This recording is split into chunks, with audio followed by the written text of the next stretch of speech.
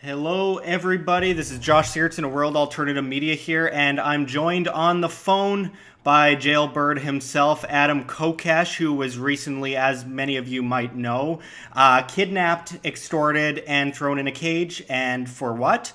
No one really quite knows yet. So, Adam, can you tell everyone, now that we're live on YouTube, what exactly happened, what led to this, and how they've been treating you? Well, thank you so much, Josh, and thank you for this opportunity to connect with people from jail. I don't think of all the times I've been arrested, I've never done a live interview from jail, so it's really exciting. As for what happened, I would refer people to the videos that I made for Facebook Live that you can find now on DTube on my STEEMIT account at steemit.com/@AdamKokesh for the details of how the arrests went down, and there were two in the sense that I got pulled over twice in 40 minutes, or about 40 minutes apart. And the second time I got pulled over, well, the first was a warning for, what was it a warning for now? I can't even remember. So much has happened since then. I think it was for having, for not having proof of insurance. I think that's what it was. So I got a warning, although I did have the proof of insurance on my laptop. The guy said he was just going to give me a warning, so I took it and left. And then 40 minutes later was pulled over again by State Trooper Garcia. And I just found out from my campaign manager, Angela Fisher-Owens, and I got to hand it to my team who have done an amazing job since I've been locked up, who have done an amazing job getting this campaign ready for the launch that happened that same day. Obviously, a lot of people are very appropriately skeptical of the organicness of these arrests, given that it was, I don't know the exact timing, but minutes, within an hour of actually sending out the email announcing that I am running for president as a libertarian in 2020 on the platform of dissolving the entire federal government. And Angela told me just now, I just got off the phone with her before calling you, that this particular officer is a real nasty one. I mean, they're the idea that there are no good cops because they're all protecting the bad ones. Well, this is one of the worst who is being protected, and it is quite possible that all of this is just a coincidence, that it had nothing to do with my campaign. You can look at this, and it's certainly possible, but extremely unlikely. And when Officer Garcia pulled me over, he knew that he was going to get me under arrest in jail one way or another. And if you watch even just the videos from what I was able to capture, there were a couple times where I had to stop the live Facebook broadcast, which made me very nervous. But you can tell from the way he was asking questions, I was challenging him on searching and probable cause. He tried to say that because I was not the owner of the vehicle, that he had reason to believe it was stolen. That's not a reasonable suspicion. That clear violation of police procedures, of course.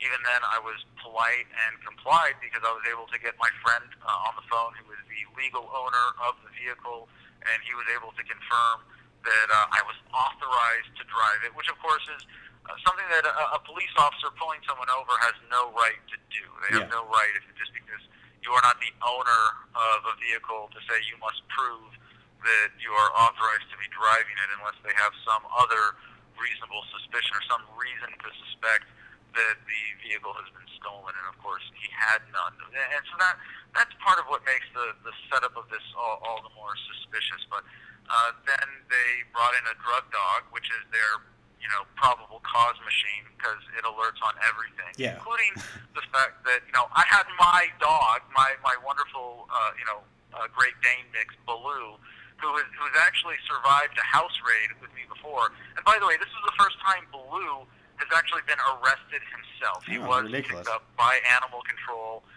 in order for me to be taken away. And of course, Baloo was saved from doggy jail, but of course there's food in the vehicle too, so I mean, a dog's going to alert basically anything. Oh yes. I mean, so shady, so many civil rights violations, so many Fourth Amendment violations.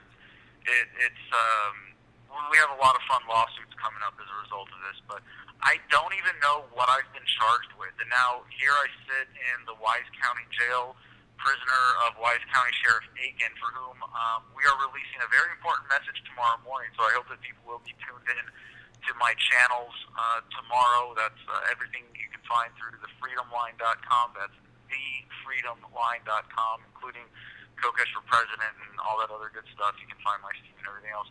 And I sit here, I've been here for over a week, and I have yet to be presented with a single document by the government about my arrest or my detention or any charges that I may or may not be facing. So they haven't given you any reason for locking you up for more than a week? They haven't given me reason. They haven't given me reason to lock me up for a second.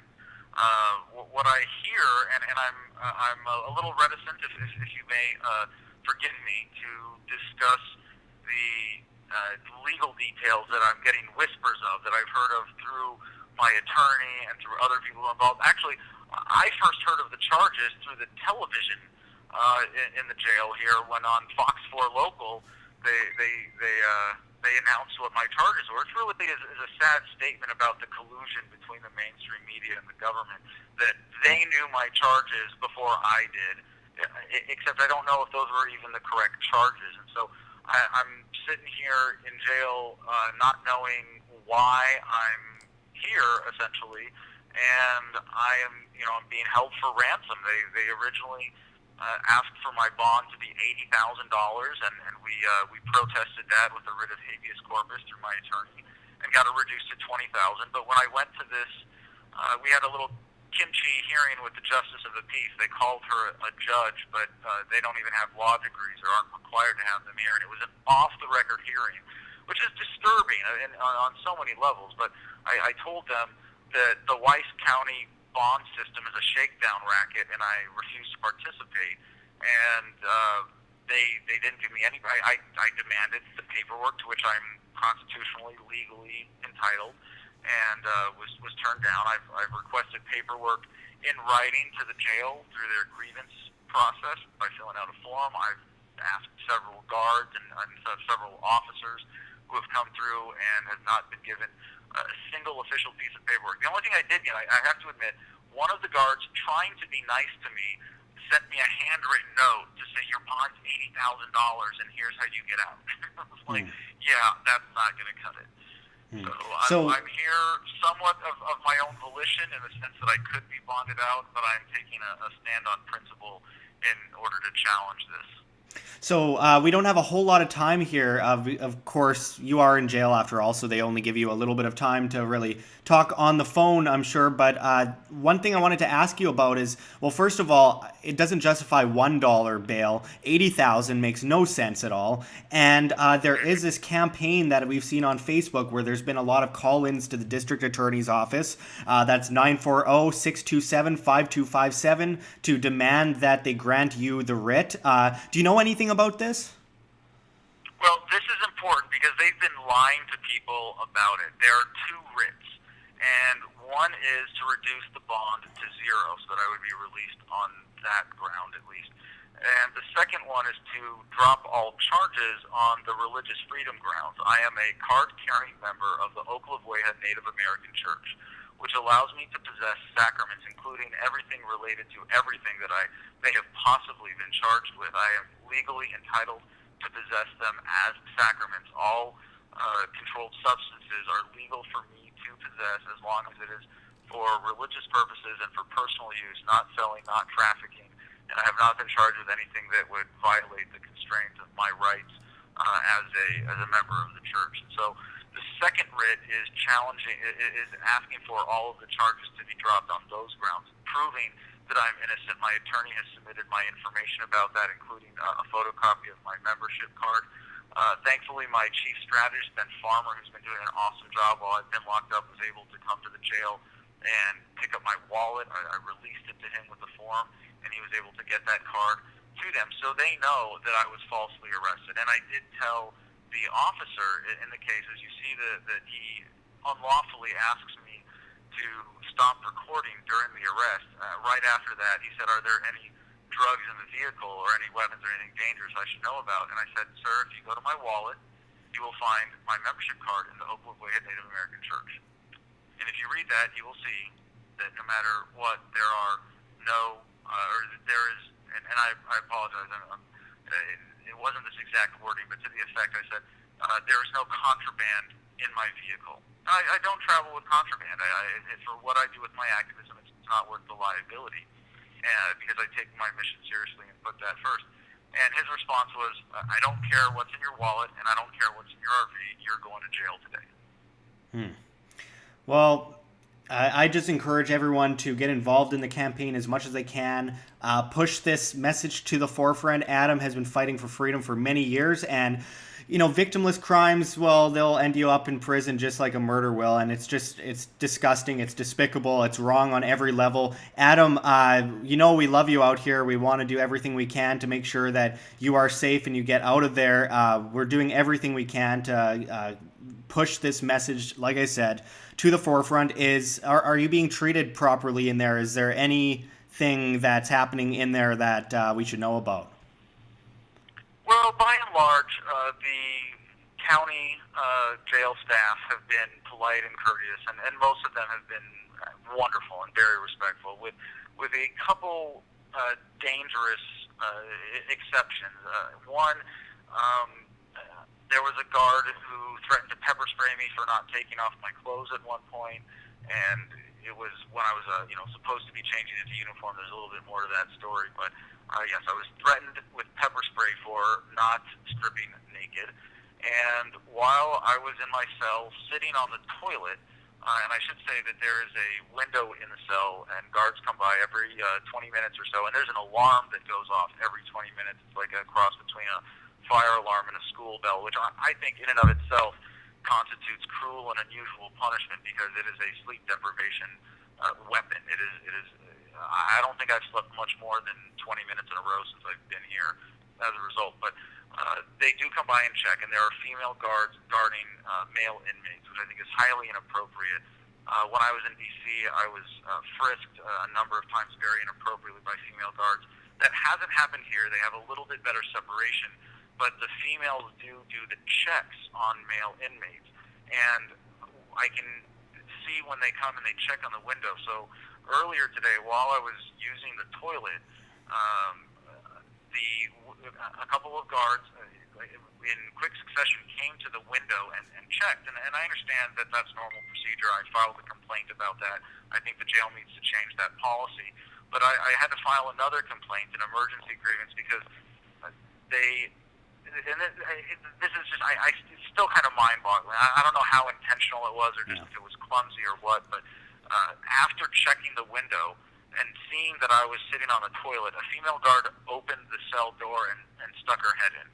And it was just, like, unnerving, and it's like, You have 1 minute remaining on your call. Minute left. As you know, I've been arrested over 3 dozen times in civil disobedience. I faced far worse. I did 4 months with half of that in solitary in D.C. So these are little punches to roll with. But aside from that, I've been pretty comfortable here. And if I may, Josh, with the limited time left, just say I really appreciate this opportunity from you. All the other coverage that we've got as a result of this. I really appreciate everybody who's called in.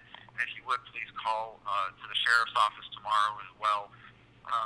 But I have heard from my team that we've been getting appropriate coverage from independent media and online, and we're starting to get it from international press as well, who are concerned that America is taking political prisoners. But for some reason, there's a mainstream media blackout in the American national media. And from watching them so much over the years, they are the lapdog media of the two-party system. Goodbye. And there we go. They just hung up on him. That's the way it is. He got as many words in as he possibly could. Sorry we couldn't bring it to you longer. They have a very strict rule there that if it goes over 50 minutes, it's just going to hang up.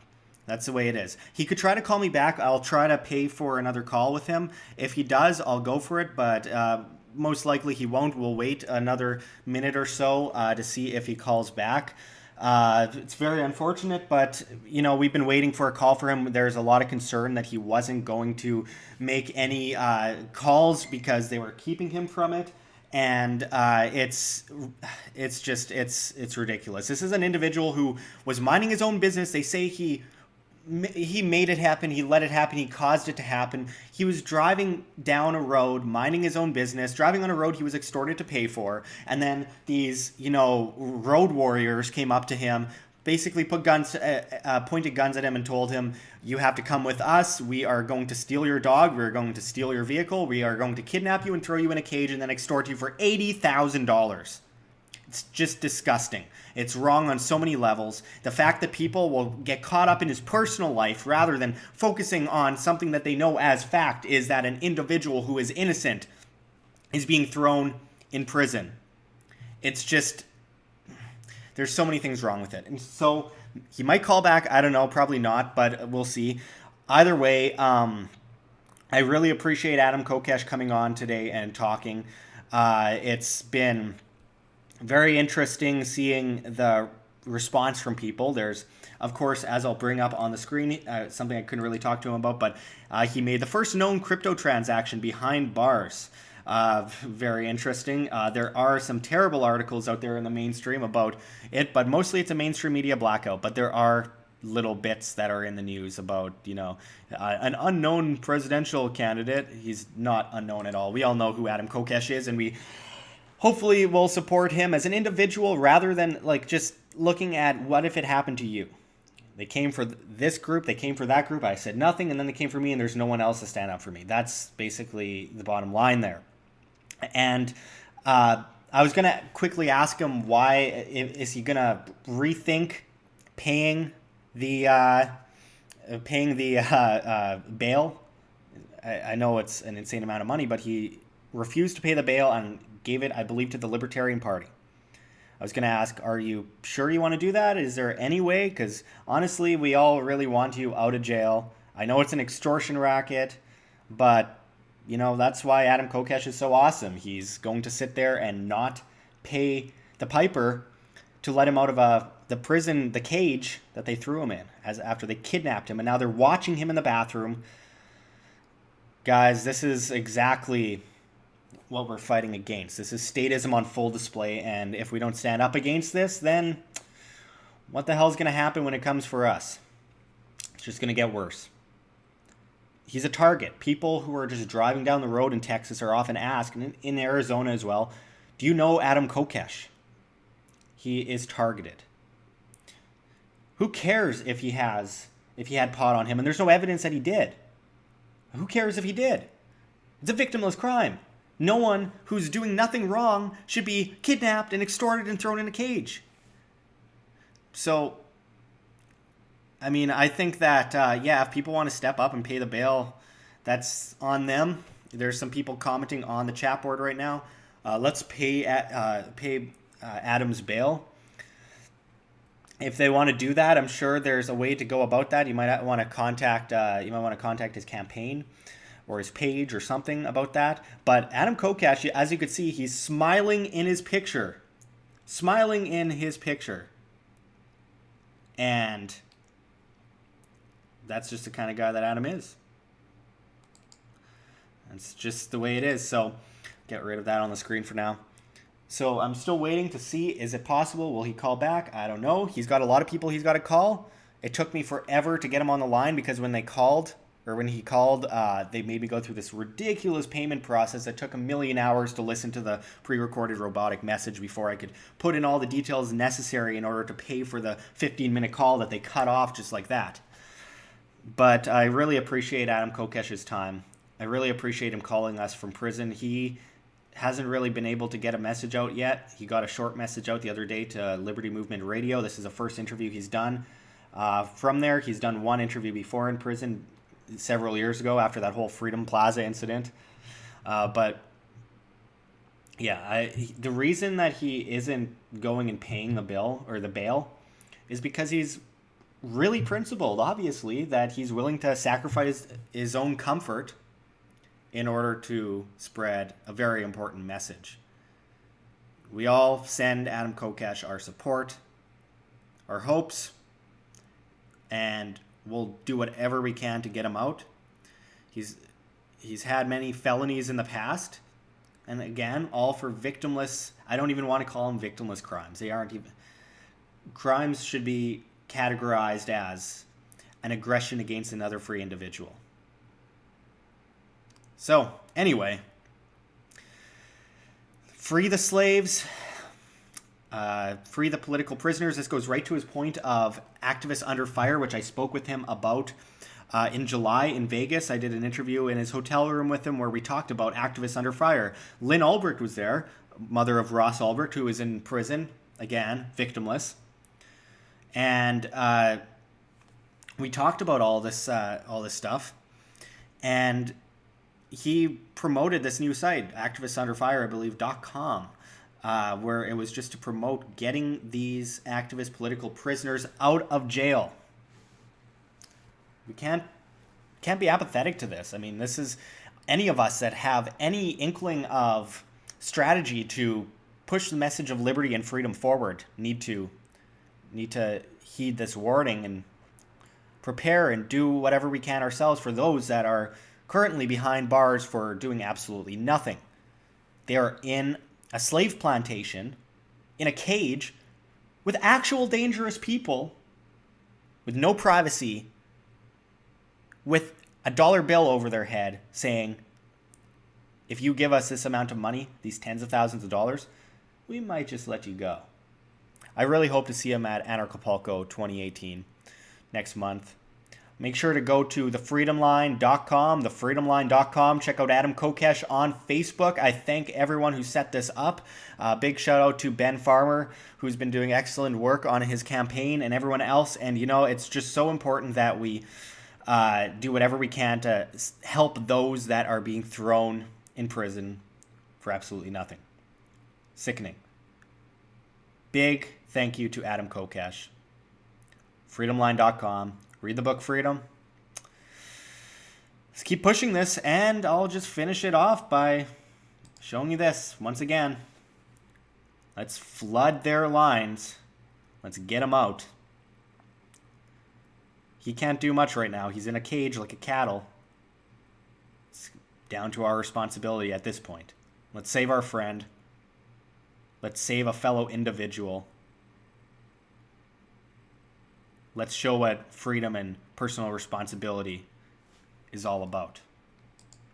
Thanks for watching, everyone. This is Josh Sigurdson of World Alternative Media, signing out. Find the truth, be the change.